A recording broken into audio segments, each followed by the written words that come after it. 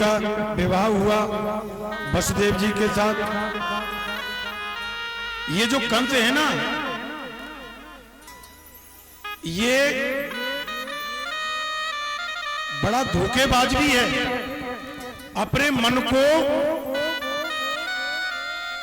कब करुणा में कर ले, कभी ये दुष्ट हो जाए, कोई मालूम नहीं है। बड़ी धूमधाम से देवकी के साथ इसने विवाह किया और सबको तो मालूम है कितना अत्याचारी है।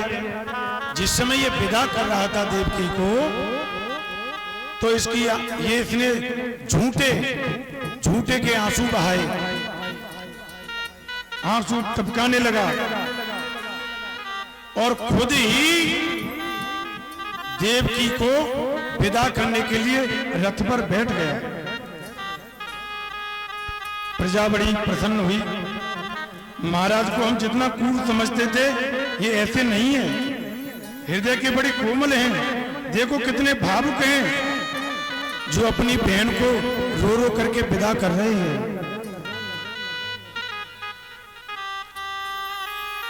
प्रजा देखकर बड़ी प्रसन्न हो रही है। मां देवकी भी इस कंस के रहस्य को नहीं जानती थी, इसलिए इसका जो असली चेहरा है ना कंस का, ये सबके सामने आना बहुत आवश्यक था। इधर जैसे ये विदा करने के लिए चला और आकाशवाणी होने लगी, अस्या त्वाम अष्टमो गर्भो हंताया वैसे बुधा। हे अभुत कंस, हे अज्ञानी कंस, जिस बहन के विवाह में तू इतना भावुक हो रहा है, इसी देवकी का जो 8वां पुत्र है, वही तेरा काल होगा। ऐसा सुन करके ये कंस घबरा गया और जैसे ही घबराया क्रोध करने लगा। अपने म्यान में से तलवार खींची और तलवार खींच करके ये देवकी को मारने वाला ही था कि वसुदेव ने इसका हाथ पकड़ लिया। भगिनी अंत मारब्ध खडंग पाणी कचे ग्रही। इधर प्रजा भी देखने लग गई। हे भगवान, अभी अभी तो ये देवकी को विदा करते समय रो रहा था और अब आकाशवाणी होते ही ये देवकी को मारने लगा। ये कैसा दुष्ट राजा है। वसुदेव जी ने इसको समझाया कि आपकी बहन है और वीर पुरुष कभी स्त्री पर वार नहीं करते। ऐसा तवा नुजा बाला कृपणाम पुत्र को मपा हंतो नार्यंति कल्याणी मिमाम दीन वत्सल। आप तो दयालु हो महाराज, कुछ तो दया करो। तुम्हारे क्रोध को देखकर कितनी देवकी थर-थर कांप रही है, थोड़ी दया करो महाराज। मृत्यु जन्म बता वीर देह न सह जायते अद्य बात तथांते वा मृत्यु वै प्रणना ध्रुव। ये जो कंस है ना, ये वसुदेव जी पर बहुत विश्वास करता था। वसुदेव ने कहा, हे कंस, अगर तुम्हें देवकी के पुत्रों से भय है तो मैं ये तुम्हें वचन देता हूं कि देवकी के द्वारा जितने भी बालक होंगे मैं एक एक करके तुमको ला करके दे दूंगा। और इस कंस को विश्वास हो गया। क्यों? क्योंकि कंस जानता था कि वसुदेव जी कभी झूठ नहीं बोलते। पुत्रान समर्पयेष्याम यतस्ते भय मुद्यतम। हे कंस, देवकी के गर्भ से जो भी बालक उत्पन्न होगा मैं सभी पुत्रों को तुमको दूंगा, लेकिन देवकी को तुम मत मारो। लेकिन किसी व्यक्ति को अगर मालूम पड़ जाए, किसी व्यक्ति को अगर मालूम पड़ जाए कि मेरी मृत्यु फला देवता से है, मुझे वह मारेगा, तो फिर उसको चैन नहीं पड़ेगा। ये कंस दुखी होने लगा, डरने लगा।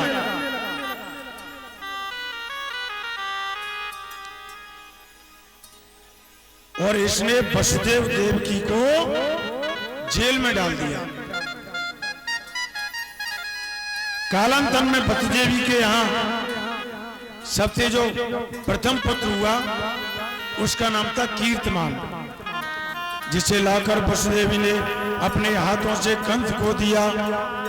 और ये कंस कहने लगा, हे वसुदेव जी, मैं इतना बड़ा पापी नहीं हूं जो तुम्हारे सभी पुत्रों को मारूं। अरे मेरा तो बैर तुम्हारे केवल 8वें पुत्र से है। आप इसको लौटा करके ले जाइए।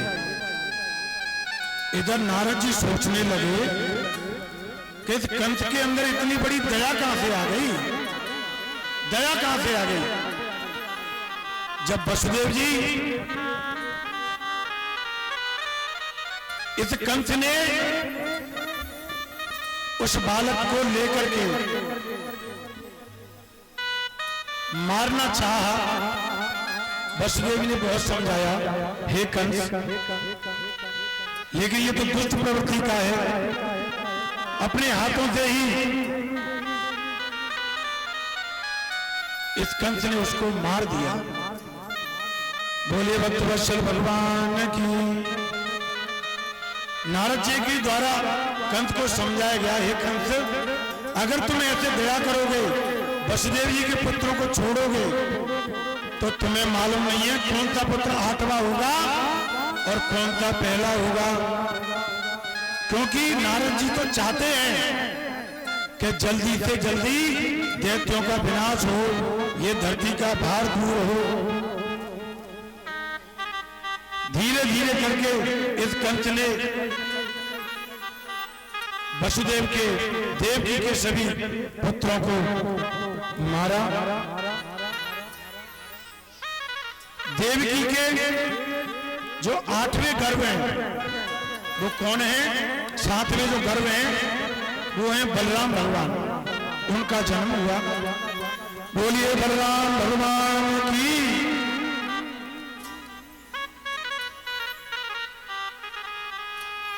इस प्रकार देवकी के 6 पुत्रों की हत्या हुई और 7वें गर्भ में साक्षात शंकरषण शेष जी पधारे।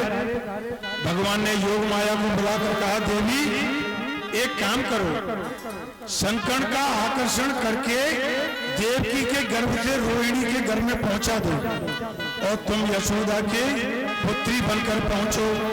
मैं देवकी का 8वां पुत्र बनकर आ रहा हूं। कंस तुम्हें साधारण कन्या समझकर मारने का प्रयास करेगा तो तुम अष्टभुजी बनकर, देवी बनकर प्रकट हो जाना। फिर देखो तुम्हारी कितनी पूजा होगी। कोई तुम्हें शेरा वाली माँ कहेगा, कोई शारदा मैया कहेगा, कोई अंबिका कहेगा। अनेक मैया बनकर तुम्हारी घर में पूजा होगी और वर्ष में 3 बार तुम पूजी जाओगी। एक चैत्र की नवरात्रियों में, एक त्योहार की नवरात्रियों में और एक जो गुप्त नवरात्रि जो अभी हो चुकी है, ऐसे 3 समय में तुम्हारी पूजा होगी। योग माया प्रसन्न हो गई और योग माया ने वही किया जो भगवान ने कहा। कंस को भ्रांति हो गई कि देवी जी के 7वें गर्भ का पतन हो गया है। अब 8वें गर्भ में भगवान पधारे तो देव की मां का मुख एक कमल के समान तेज प्रकट हुआ।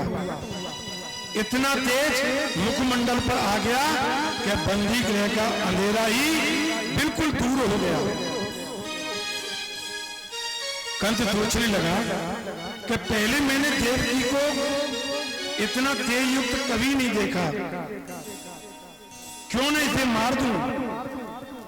मैं समझ गया कि देवकी के घर में मेरा ही शत्रु प्रविष्ट हो चुका है। आए थे मैं प्राण हरो हरि वहां ध्रुम संयोजन पुरे यमी दृषि। कंस ने देखा तो सोचने लगा, ये देवकी पहले इतनी सुंदरी और इतनी तेजस्विनी